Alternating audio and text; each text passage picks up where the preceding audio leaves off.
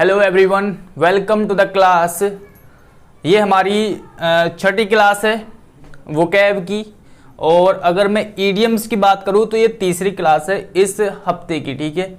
यानी कि हमने इस हफ्ते में आज की क्लास को लगा करके 3 क्लास ईडियम्स की कर ली है कंप्लीट, और 3 क्लास आपकी हो गई है वर्ड मीनिंग यानी एंटोनिम्स एंड सिनोनिम्स की, ठीक है। तो इस तरीके से हमने 6 क्लास को कंप्लीट किया इस हफ्ते में। और ये क्लास देखने के बाद यानी आज की जो क्लास पढ़ा रहा हूँ मैं, यहाँ तक मैं टेस्ट लूँगा इन 6 क्लास का, और ये टेस्ट आपका होगा संडे में यानी कल, ठीक है। तो ये टेस्ट आपका संडे में होगा। मैं नोटिफिकेशन डाल दूँगा आपके ग्रुप में कि किस टाइम पे ये टेस्ट लिया जाएगा, कितने क्वेश्चंस इसमें होंगे और कितने टाइम में इसको आपको अटेम्प्ट करना है। तो ये सारी बातें मैं एक नोटिफिकेशन डाल दूंगा आपके ग्रुप में, वहाँ पर आपको पता चल जाएगा, ठीक है। आपको अच्छे से तैयारी करके तब टेस्ट देना है। एक बार अच्छे से आप रिवीजन कर लो तीनों ईडियम्स की वीडियो का और तीनों आपके वर्ड मीनिंग की वीडियो का, ठीक है। तो अच्छे से एक बार रिवीजन करने के बाद तब आप टेस्ट देना, बहुत मज़ा आएगा। कम से कम इसमें मैं आपको 25 या 30 क्वेश्चन मैं दूंगा। तो इस तरह से आप टेस्ट को देना, और ओवरऑल सारी वीडियोस जितनी भी मैंने 6 की 6 वीडियोस कराई है उन सभी से मैं उन सभी से क्वेश्चंस निकाल के आपको दूंगा। तो आपको सारी वीडियोस को एक बार वीडियोस नहीं देखनी दोबारा से, इतना ज़्यादा टाइम वेस्ट नहीं करना।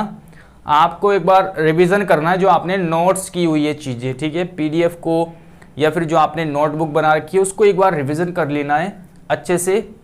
हम आपका टेस्ट होगा संडे में, ठीक है।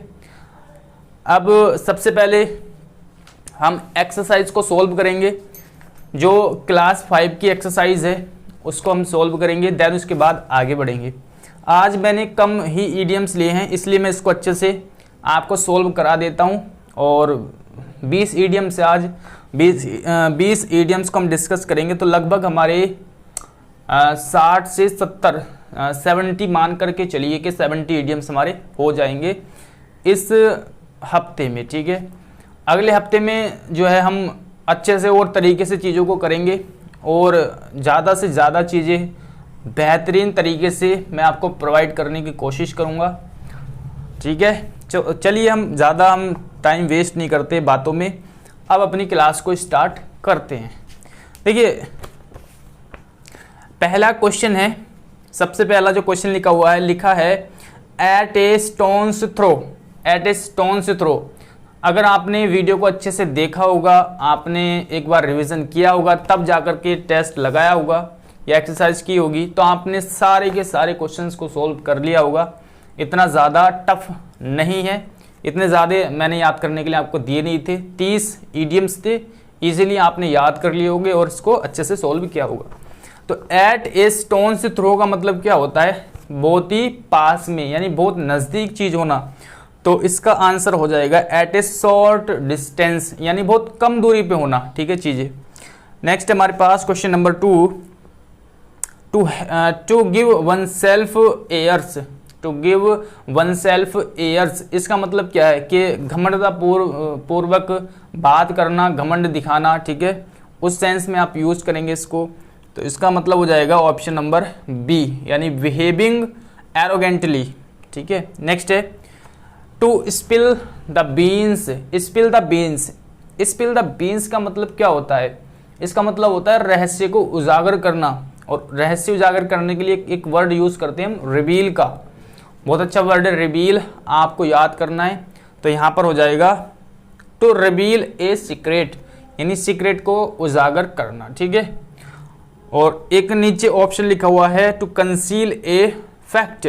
कंसील का मतलब होता है छिपाना किसी चीज को, ठीक है। तो इसका आंसर तो बी ही रहेगा, टू रिवील ए सीक्रेट, ठीक है। कंसील का मतलब छिपाना होता है, ये आपको याद करना है इसलिए मैंने बता दिया है। अगला क्वेश्चन है question number 4, to end in smoke. To end in smoke, देखिए एंड इन स्मोक का मतलब क्या होता है? इसका मतलब आप समझे कि एक असफल हो जाना, किसी भी काम को कर रहा है कोई व्यक्ति लेकिन उसमें सफल नहीं हो पाया या फिर उसका कोई परिणाम नहीं निकला, तो वहां पर आप कह सकते हैं कि टू एंड इन स्मोक। ठीक है, option number A, to fail यानी असफल होना।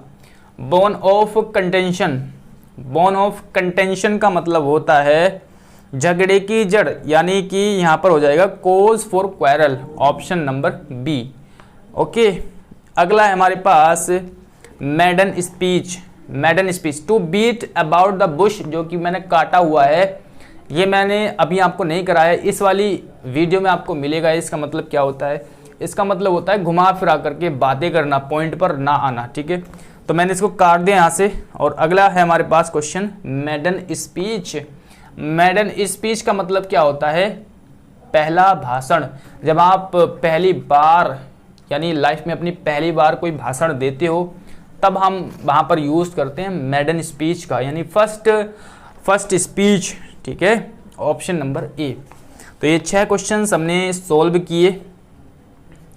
अब हम अपनी क्लास पर आते हैं और इसमें मात्र हम 20 क्वेश्चन यानी 20 इडियम्स को ही सोल्व करेंगे। 20 इडियम्स मैंने लिए हैं यहाँ पर। ठीक है, हम इन क्वेश्चन को देखेंगे। तो ये वीडियोस को भी आप अच्छे से पढ़ लेना। आज की वीडियो तक का मैं एग्ज़ाम यानी टेस्ट में पूछूंगा, तो अच्छे से याद करके तब आप टेस्ट लगाना, बहुत मज़ा आएगा। चलिए अब अपनी क्लास को हम स्टार्ट करते हैं।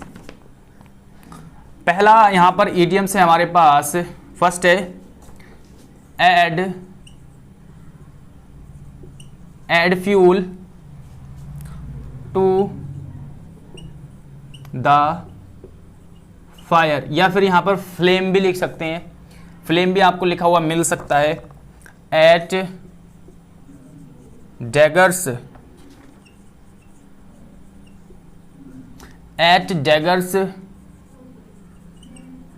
ड्रॉन।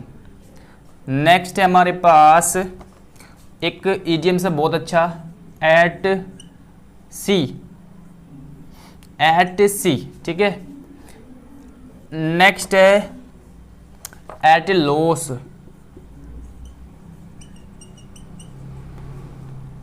एक और लिख देता हूं मैं यहां पर, एक है यहां पर at once bits end, at once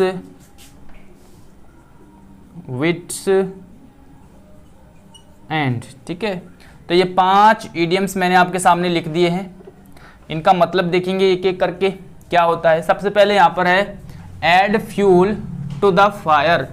fuel का मतलब होता है ईंधन, और आप अगर आग में, जलती हुई आग में ईंधन डालोगे, ईंधन मतलब जैसे डीजल, पेट्रोल या केरोसिन या इस तरह के जो पदार्थ है जो आग को जलाने का काम करते हैं, तो अगर वो चीज़ आप आग में डालोगे तो आग क्या होगी, और ज़्यादा बढ़ेगी। क्या होगी? आग और ज़्यादा बढ़ जाएगी। तो इसका सेंस निकलता है कि आप मतलब झगड़े को बढ़ाना, इस सेंस में हम यूज़ करते हैं मेक ए मैटर वर्स, यानी झगड़े को आप बढ़ा रहे हो, मामले को आप खत्म करने का प्रयास नहीं कर रहे हो, आप चीज़ों को बढ़ा रहे हो, मामले को बढ़ा रहे हो। ठीक है, यानी इसको वर्स बना रहे हो, मैटर को बुरा और भी तरीका मतलब और भी ज़्यादा उसको भड़का रहे हो। तो इस तरह से हम यूज़ करेंगे। तो यहाँ पर लिखा हुआ है टू मैक मैटर वर्स। ठीक है, तो यानी कि मामले को बढ़ाना या फिर लड़ाई झगड़े को बढ़ाना, उस सेंस में हम यूज़ करेंगे। नेक्स्ट है हमारे पास at daggers drawn. At daggers drawn का मतलब होता है दुश्मनी से, दुश्मनी से इसका मतलब निकलेगा। और यहाँ पर लिखा हुआ है to have bitter enmity. To have bitter enmity इसका मतलब किससे निकलेगा? दुश्मनी से। बिटर एनिमिटी का मतलब होता है किसी को बुरे तरीके से या फिर घृणा की दृष्टि से। एनिमिटी का मतलब वैसे दुश्मनी के सेंस में भी आप निकाल सकते हैं कि जो व्यक्ति आपसे चिढ़ता हो, आपसे घृणा करता हो, तो उस तरीके से दुश्मन के तरीके से आप किसी को पीछना, एट डैगर्स ड्रॉन। ठीक है, वहाँ पर आप यूज़ करेंगे, यानी to have bitter enmity. Okay, next है एट सी। अच्छा ईडियम से, ये बहुत अच्छा ईडियम है। एट सी का मतलब होता है उलझन में होना, यानी आप कन्फ्यूजन वाली स्थिति में हो या फिर उलझन में हो, आपको कुछ समझ नहीं आ रहा कि मैं क्या करूं क्या नहीं करूं, तो आप कैसी सिचुएशन में हैं, आप कहां पर हो, एट सी, यानी आप उलझन में हो। तो इसके लिए आप लिख सकते हो पजल्ड हो जाना या फिर कंफ्यूज्ड या फिर पजल या परप्लेक्स हो जाना, ये तीनों का मतलब ही एक ही होता है, कंफ्यूज हो जाना यानी उलझन में होना, उलझन में होना, ठीक है। तो इनका मतलब ये होता है कि उलझन में होना। एट सी मतलब उलझन में होना, एट सी मतलब समुद्र में होना, समुद्र में आप जा करके आपको पता ही नहीं चलेगा कि मैं कहाँ को जाऊँ, क्या अगर आपके पास कोई इंस्ट्रूमेंट ना हो, कैंपस वगैरह या सारी चीज़ें ना हो, तो आपको पता नहीं चलेगा कि मैं किधर से आया हूँ और किधर को मुझे जाना है। तो आप समुद्र में जाके कैसे हो जाते हो, पजल्ड या कंफ्यूज हो जाते हो, ठीक है। इस तरह से आप याद रखेंगे इनको। नेक्स्ट है एट ए लॉस, नेक्स्ट है हमारे पास एट ए लॉस। इसका मतलब होता है कि आप निर्णय न ले पाना, इतने ज़्यादा आप कंफ्यूज हो गए कि आप निर्णय नहीं ले पा रहे हैं कि क्या चीज़ सही है क्या चीज़ गलत है, आप निर्णय न ले पाना, एट ए लॉस, वहाँ पर हम ईडियम्स का यूज़ करते हैं। और उसके लिए आप लिख सकते हैं to be unable to decide, to be यानी निर्णय, to be unable to decide यानी कि सक्षम ना होना, समर्थ ना होना, एबल ना होना, डिसाइड यानी निर्णय लेने में, तो वहां पर हम यूज करेंगे एट ए लॉस। नेक्स्ट है at once wits end. Next क्या है, एट वंस विट्स एंड का मतलब होता है घबरा जाना, है ना, हड़बड़ा जाना या घबरा जाना, तो वहां पर हम इस इडियम्स का यूज करते हैं। तो यहां पर लिख सकते हैं आप परप्लेक्स्ड हो जाना, क्या हो जाना, परप्लेक्स्ड, तो ये इसका मीनिंग हो जाएगा परप्लेक्स्ड हो जाना, मतलब एट वंस विट्स एंड का मीनिंग हो जाएगा परप्लेक्स्ड यानी हड़बड़ा जाना या घबरा जाना। ओके, चलिए आगे बढ़ते हैं।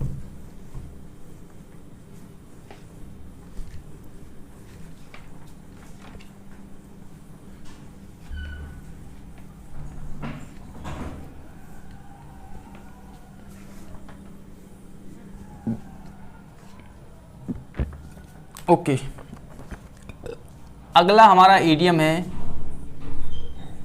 एप्पल। नेक्स्ट हमारे पास एप्पल पाई ऑर्डर। नेक्स्ट है at one's finger tips. Okay, अगला इडियम है हमारे पास कूल हिज हील। हील्स करो, यहां पर आगे लिखा हुआ है through thick and thin, through thick and thin. अगला इडियम है हमारे पास a man of straw.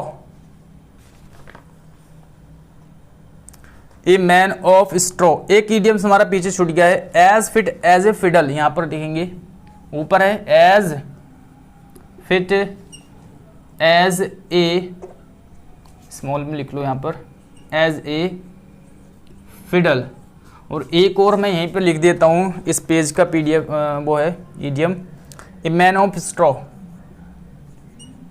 A man of straw, ठीक है। तो ये 6 इडियम्स मैंने आपके लिए लिखे हैं और एक एक करके हम डिस्कस करेंगे। पहला हमारे पास है Apple pie order.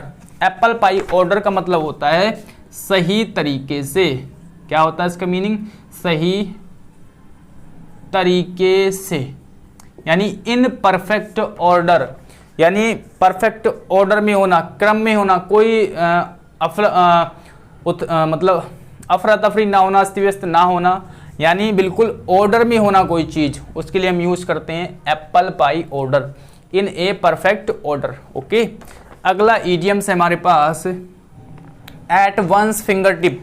Eight one's finger tip का मतलब क्या होता है?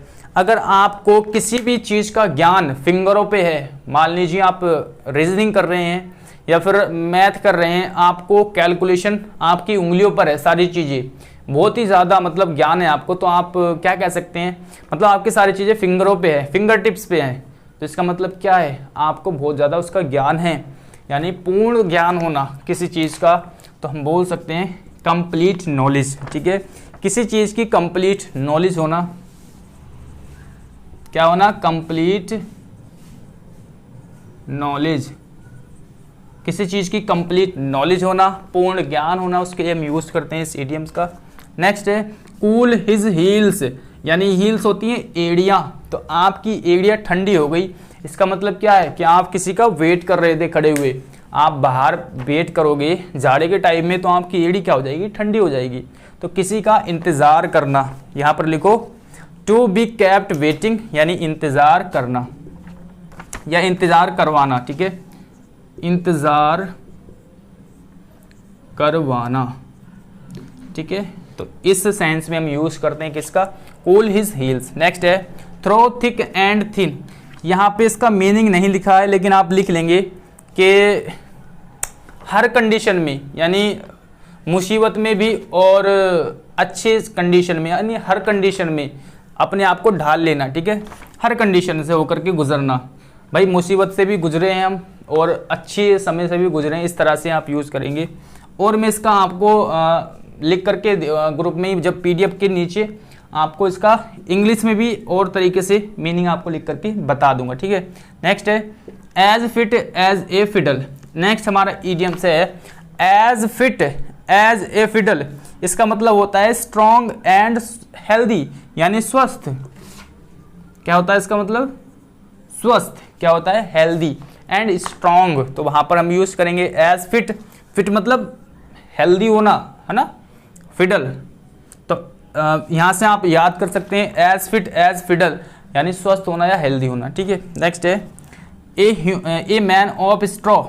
स्ट्रॉ का मतलब होता है तिनका, जो एक तिनका, मतलब तिनका आप जानते हो, जैसे छोटी सी कोई चीज़ होती है। ठीक है, तिनका, जैसे भूस का तिनका या फिर किसी भी चीज़ का तिनका हो सकता है, बहुत मामूली सा। तो एक मैन क्या है? तिनके के समान है, तिनके के समान है, तो क्या हो गया? तुच्छ व्यक्ति, यानी बहुत साधारण सा व्यक्ति। ये मैन ऑफ नो सब्सटेंसेस, यानी एक तुच्छ व्यक्ति। ओके, तो इस तरह से ये इडियम्स का हम यूज़ करते हैं। 11 इडियम्स हमारे हो गए, आगे बढ़ते हैं।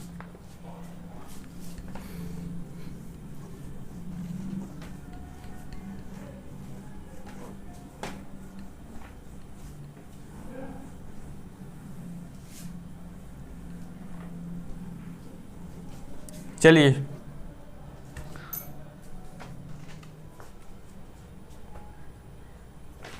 एक मिनट।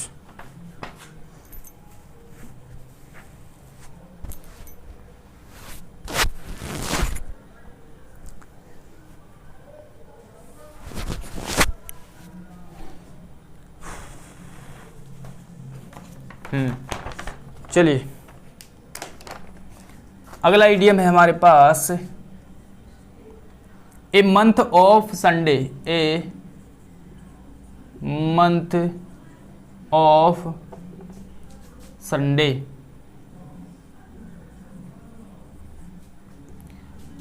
नेक्स्ट है हमारे पास डोंकीज ईयर्स। अगला इडियम है हमारे पास be born with A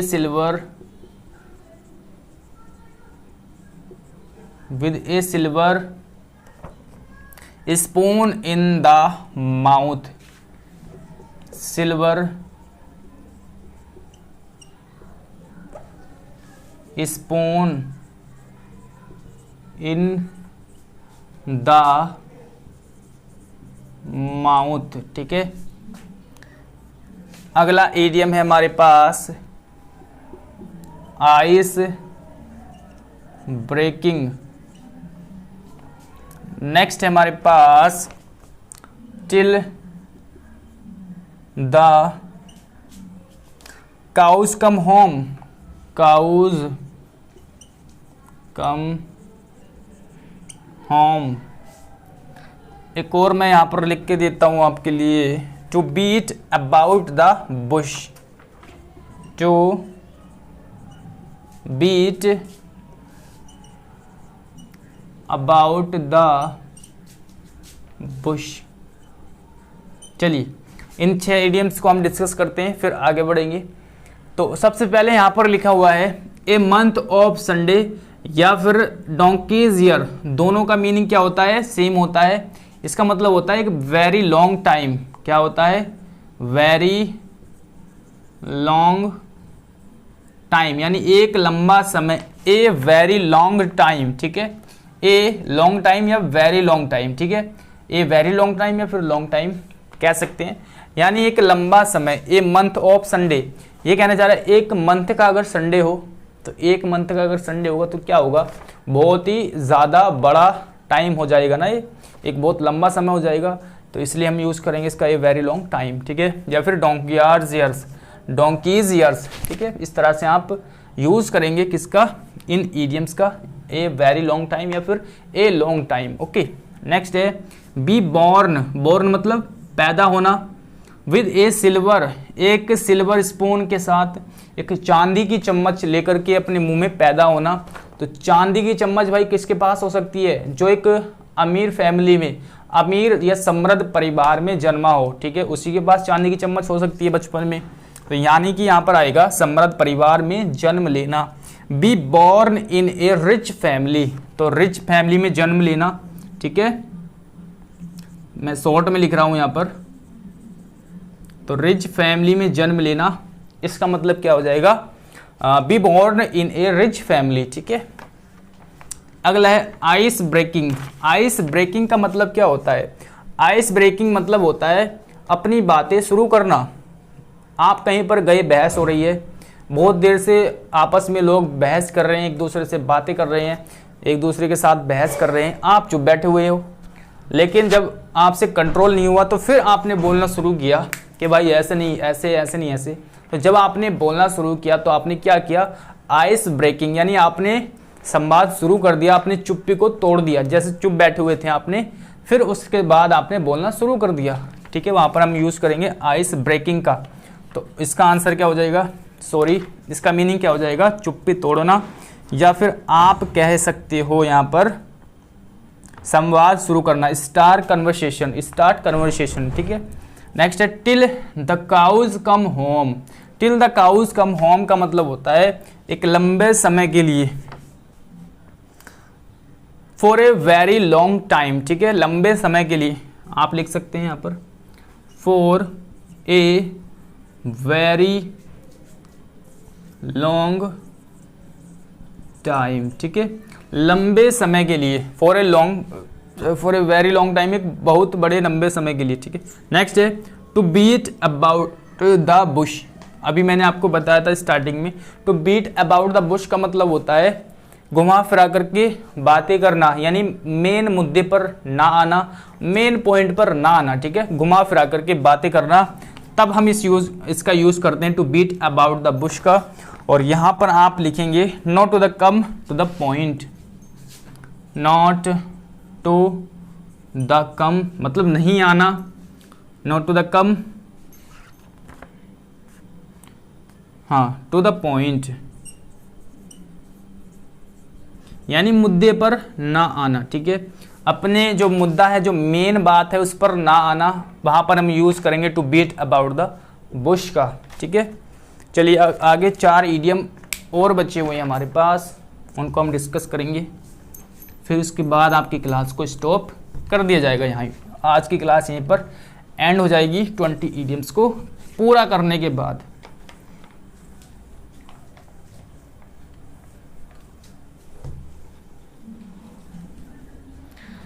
okay, चलिए नेक्स्ट हमारे पास teething problem. Teething problem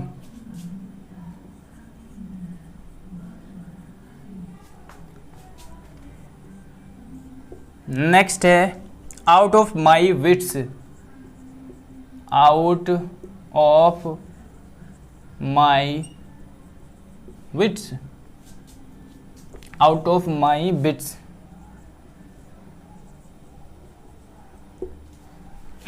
next है हमारे पास स्मेल ए रैट।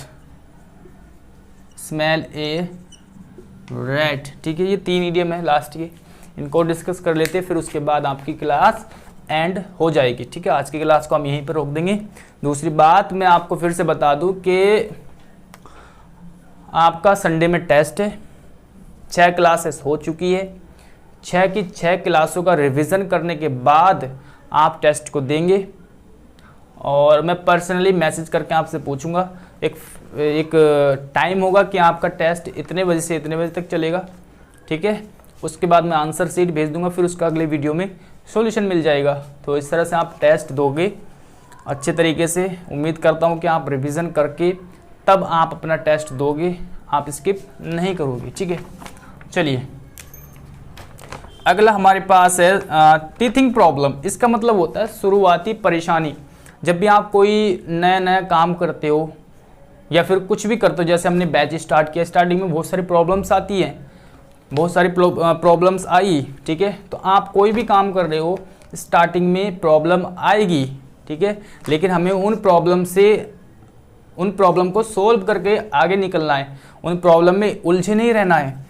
तो टीथिंग प्रॉब्लम का मतलब क्या होता है? शुरुआती प्रॉब्लम्स, यानी स्टार्टिंग में जो प्रॉब्लम्स आती है उसको बोलते हैं टीथिंग प्रॉब्लम, यानी difficulties at the start. Difficulties at the start यानी शुरुआत में जो प्रॉब्लम आती है उनके बारे में हम बात कर रहे हैं, शुरुआती परेशानी। Out of my mind, sorry out of my wits, इसका मतलब होता है पूर्ण रूप से भ्रमित या फिर चकराया हुआ। आउट ऑफ माई विट्स, भाई मुझे नहीं पता, आउट ऑफ है माई विट्स, इसका मतलब क्या हो गया? ग्रेटली कंफ्यूज, बहुत मतलब ज़्यादा चकराया हुआ। ग्रेटली क्या है वो? कंफ्यूज्ड है, मतलब चकराया हुआ, मतलब कंफ्यूज हो जाना, परेशान हो जाना, भ्रमित हो जाना। ठीक है, नेक्स्ट है smell a rat. Smell a rat, smell कर रहे हो आप रैट को कि यहाँ पर रैट है या नहीं है, तो स्मेल करके आप पता कर रहे हो, तो इसका मतलब क्या है? आप क्या कर रहे हो? संदेह कर रहे हो। तो संदेह करना यानी suspect that something is fishy, यानी आप सस्पेक्ट कर रहे हो कि यहाँ पर कुछ गड़बड़ है, दाल में काला है। तो उस सेंस में हम यूज़ करते हैं इस इडियम का। तो इस तरह से हमने आज की इस वीडियो में 20 इडियम्स को कवर किया और 6 क्लास आज पूरी हो चुकी है। 6 क्लास के बाद आपका टेस्ट लिया जाएगा। टेस्ट के लिए आप तैयार रहे, अच्छे से रिवीजन करें, तब आप अपना टेस्ट दें। संडे में लगभग शाम के टाइम मैं टेस्ट लूँगा, क्योंकि आपको पूरा दिन मिल जाएगा रिवीजन करने का, तो आप अच्छे से रिवीजन करना। चलिए इस वीडियो में इतना ही था, मिलते हैं अगली क्लास में। Thank for watching.